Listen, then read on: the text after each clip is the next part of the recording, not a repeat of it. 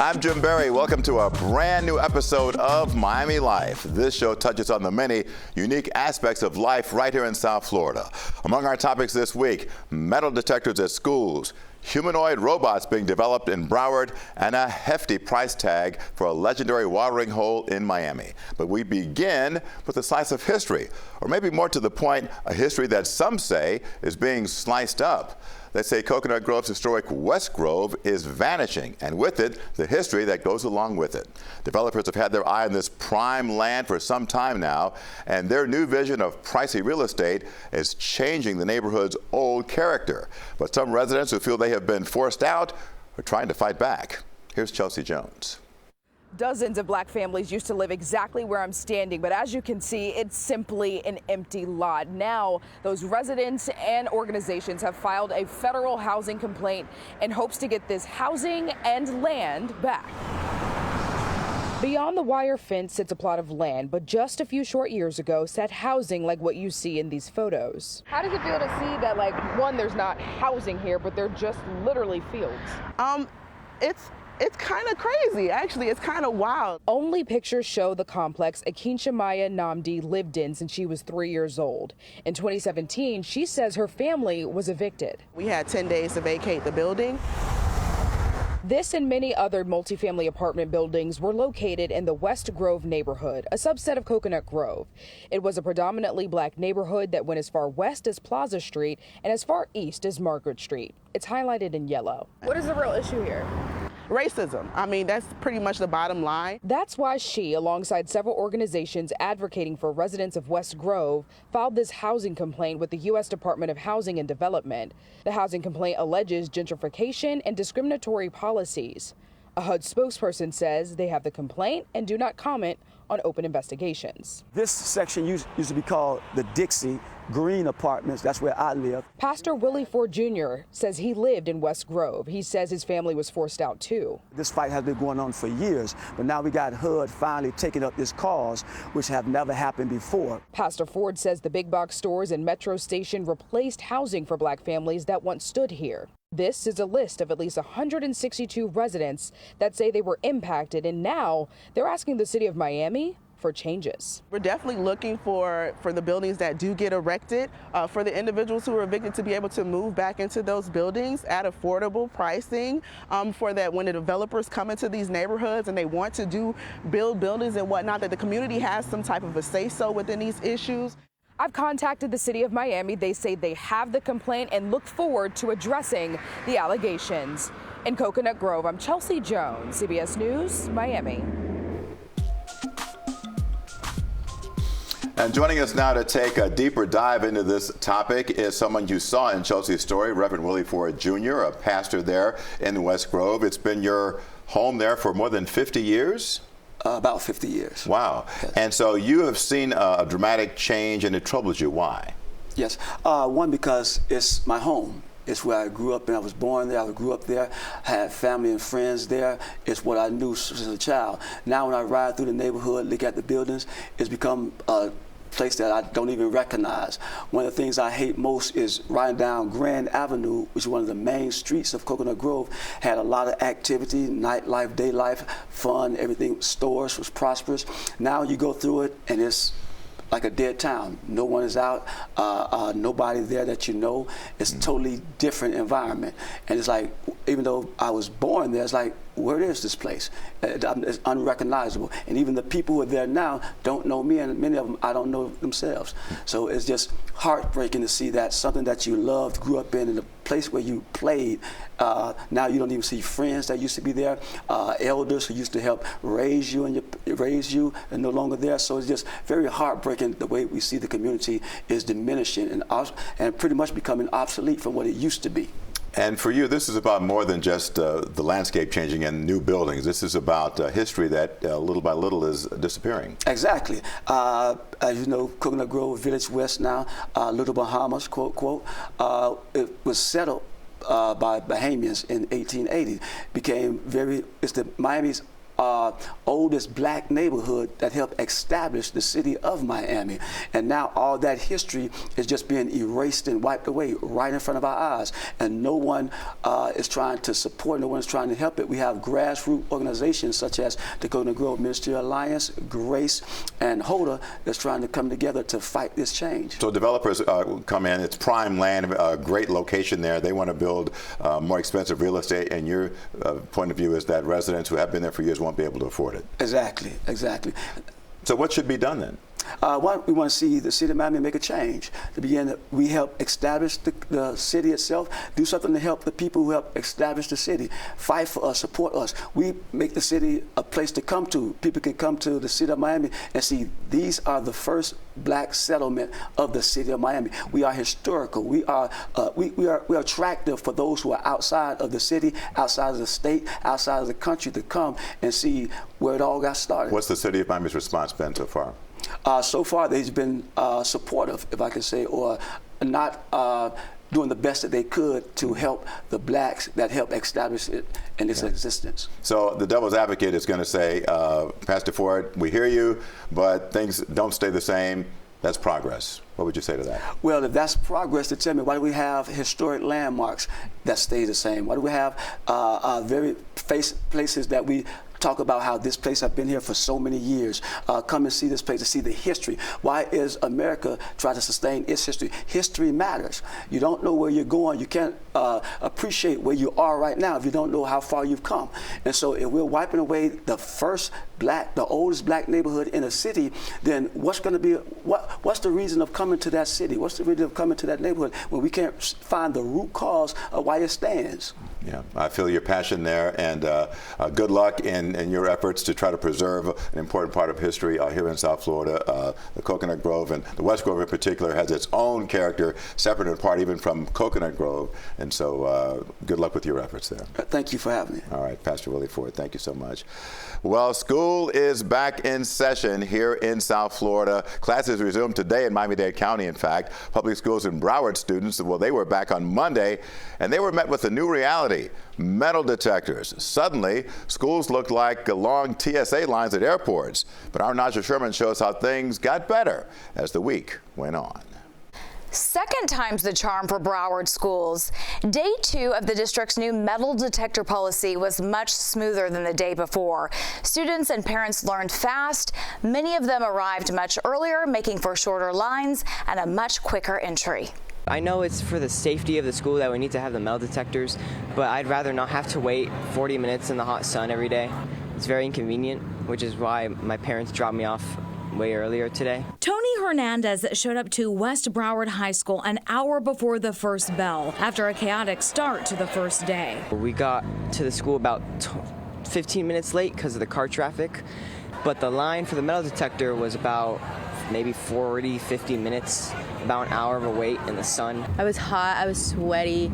All my friends were too. Like, we were all just complaining about how huge this line was. On Tuesday, a sigh of relief from students and staff across the district, a smooth start to the second day. From my team that is spread out all over the district, they're reporting no issues at other schools. Broward School Superintendent started his day off at Cypress Bay. Cypress Bay, the largest high school in our district, all of their students actually got into the school prior to the bell ringing. At West Broward, a small line, Chopper 4 flying over Western High, MacArthur, and Dillard, where the line started to get long but was moving. A much different morning than the first day, when lines snaked around buildings as each student went through the newly implemented metal detectors. The lines are less crowded and it's very easy to get through. So what made the difference? The superintendent says it was everyone, from parents to security personnel to bus drivers. Reminding our students prior to getting off the bus to take the items out of their backpacks that are going to go off. So we saw them coming off the bus, backpack unzipped,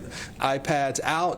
Officials say there were delays at just one campus, but that was due to issues with the school bus, not the screening process. Jim? Naja, thank you very much. Up next, we get a lesson on robotics technology.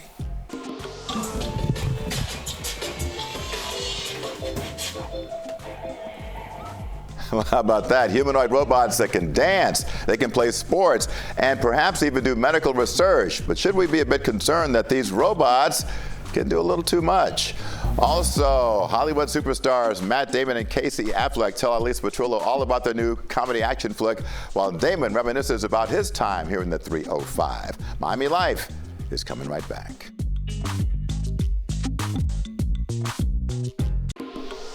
Welcome back. Well, this week's person of interest is not a person, but it's a lot like one. At Nova Southeastern University, humanoid robots are taking center stage in an incredible innovation lab. It's the future, and it's cool, but also maybe a little disconcerting. At Nova Southeastern University, John Wensveen is one fast-moving dude. The only thing quicker is the new technology he is helping to develop. Hello, I'm BCINA 4-0020. We have a fleet of about a dozen of them, and they're not toys. These are real humanoid robots. Wensveen is the Chief Innovation Officer of NSU's Broward Center of Innovation. In many ways, I'm what you might call an applied futurist, where we look at the future but don't just talk about it, we actually apply it now. In this brave new world, robotics is king, and agile and easily programmable robots are the stars. The future is changing very rapidly. It's accelerating. We're in this extremely disruptive environment. It's called mega acceleration, mega disruption, and robots are the future. The mandate here, marry this new technology to entrepreneurs who will use it in ways we now can only imagine. Already, these humanoids can work out, play soccer, and even entertain a visiting soccer team. I just had a dance competition with this one right here. I won. You won? Yes, I won. She's really good. That looks. That doesn't look robotic.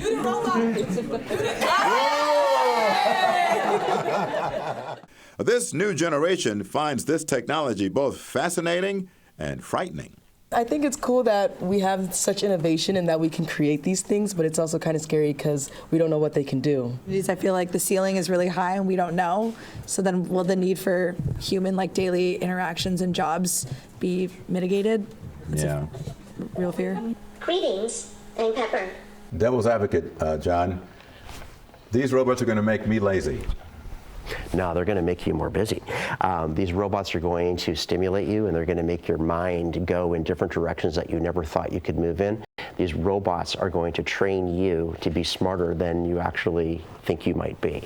Wensveen says robots can be programmed to help us better help ourselves. One example, a medical research project. To program the robots to show young women how to do a self-breast examination without the interaction of a human being. So the robot, as a human, can actually walk the young woman through that whole procedure without them feeling intimidated or embarrassed or shy with another human. In this innovation lab, the belief is that new technology will drive new opportunity. And the feeling is that smart robots will need smarter human beings to run them. That's why Wensveen wants kids from all walks of life to see it. This coming year, we're going to be working with a number of community-based organizations that brings the underserved communities in here and the younger kids in here to actually play with these where they don't get the opportunity to do so in real life. Our final stop in this mind-bending space was a cylinder full of mirrors and cameras. It can create a virtual 3D me. You'll be superimposed in virtual and metaverse type environments, which we have the capability of doing. And is that good, to virtually be there versus actually being there? It depends on the circumstances. So I just came back from an actual in-person safari in South Africa, but I could have gone on that safari in a virtual environment and never left this floor. Already, this type of technology is being explored for greater use in military training. When I floated the idea of being sent on a virtual Hawaiian vacation, John even offered to do one better. And I can also change your language to speak in any dialect that I want you to speak in, and the audience will not know the difference between you and your 3D digital twin. Parlez-vous français? Parlez-vous français? Bonjour. Au revoir. Merci beaucoup. The goal for NSU's Broward Center of Innovation and Robot Lab is to generate awareness about the potential of robotics to improve our lives. It also aims to become an ecosystem for entrepreneurs to innovate using all of those cutting-edge tools. It'll be exciting to see where this all goes. Still to come on Miami Life, Matt Damon shares his memories of living in Miami with our very own Elise Petrillo. That's his buddy Casey Affleck there sitting with him. They talk about their new comedy action flick, The Instigators. We'll be right back.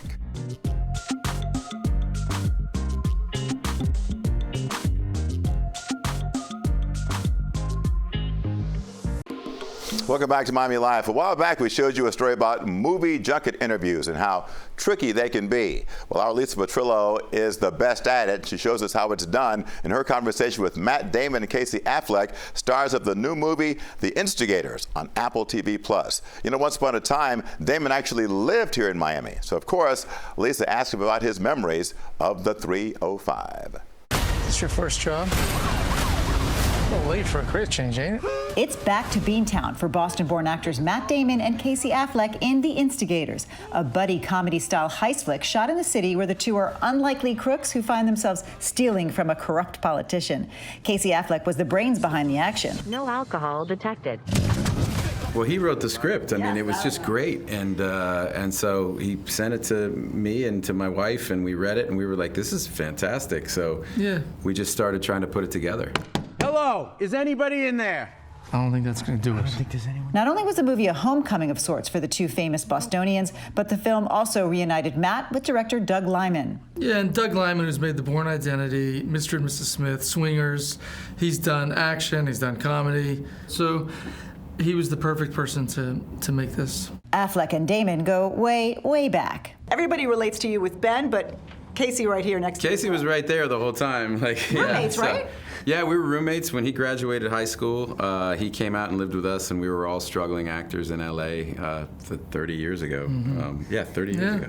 And so what was he like back then when your big brother was besties with him and growing up at that time? Tell me a little bit about those days of Good Will Hunting. I don't know if most of those stories aren't TV friendly, but you know, he never did his dishes. Had cereal 3 times a day.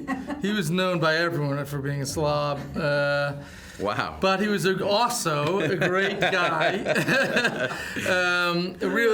Really a kind of leader in the friend group and just always been a very good friend. And one of those people that, like, from an early age, people thought, like, he's going places. And one of those places was right here in South Florida. You got ties to South Florida. The one and only in your life, you met her here. Let's talk about that a second. I did, and then I moved here we lived here for 5 or 6 years. Had great years here. Love Miami. And now apparently everyone in America is trying to move to Miami, so. Yes, that's true. Yeah, I had a friend call me and say you couldn't afford the house that you used to live in. He is absolutely right. I really need you right now, Doc. I would be breaking the law. What if I took you hostage? I mean, like, you know, with your permission. What kind of conversation is this? You're gonna love him. Lisa Petrillo, thank you so much for that conversation. Very refreshing. You can watch The Instigators right now. It is streaming on Apple TV+. We'll be right back with an update on a legendary local bar that we recently visited.